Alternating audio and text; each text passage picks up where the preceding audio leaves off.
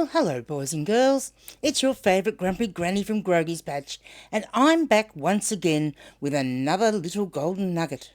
Let's just see how quick and easy it is to photograph a denim skirt, and a short one especially. So the first thing you want to do is lay it all flat, and then you want to adjust the seams so that they're all nice and level and straight. It presents in the photos so much better if you take that little bit of extra detail.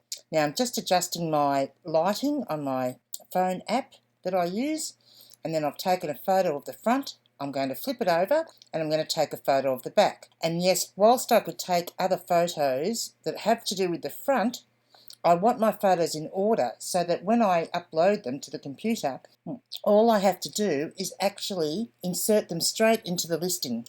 I do not have to even worry about the order in which I've taken them, because I've taken them in the exact order that I want them, which is why I will then take a photo of the front side with the pocket in it and the zip undone to show that the zip is working. I then take a photo of the actual label and the sizing, which is usually in there. Then I'll take a photo of any of the garment care tags and garment composition tags that are there. Now I'm going to do the measurements. So that's just straight across the back for the waist measurement. The best thing about a skirt, and especially a mini skirt, is that you only need the two measurements and they're very quick and easy. Now I am doing an extra measurement in this case because it's easy to do, number one, and because with a more fitted skirt like this, the person might also want to know what the hip measurement is.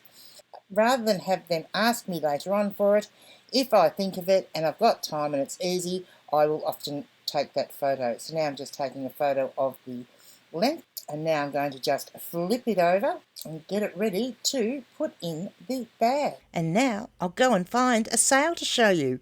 Woohoo! I'll be back in a sec. So this is my little bolo call out today, and this is the Usborne Encyclopedia of Ancient Egypt Internet Link. Now it's not so much that it's the Encyclopedia of Ancient Egypt that I'm calling out. It's the fact that it is an Usborne book. These books all sell particularly well and particularly fast. This is one of their more modern ones, but especially if you can get their older ones, the ones that are truly vintage, they just fly off the shelves and for really good money. I had originally listed for $27.32 with plus $11 postage. And I'll just show you a little bit of what's in the inside, because this was in quite good condition.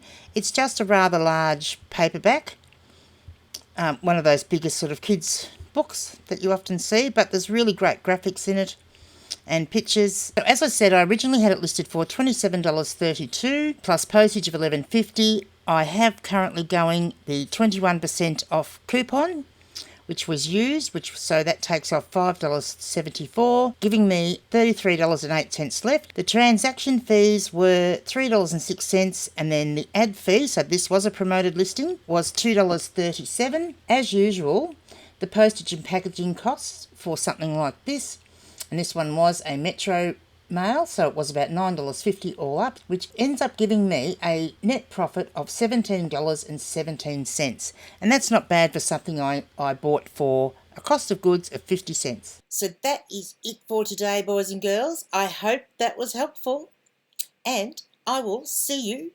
tomorrow. Bye now.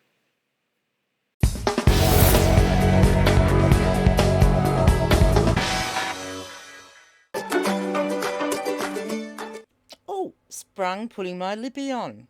Well, hello, boys and girls. It's your favourite Grumpy Granny from Groggy's Patch. Grumpy Granny is a little bit passionate. She likes them to be hard and not floppy. A hard one is better than a floppy one.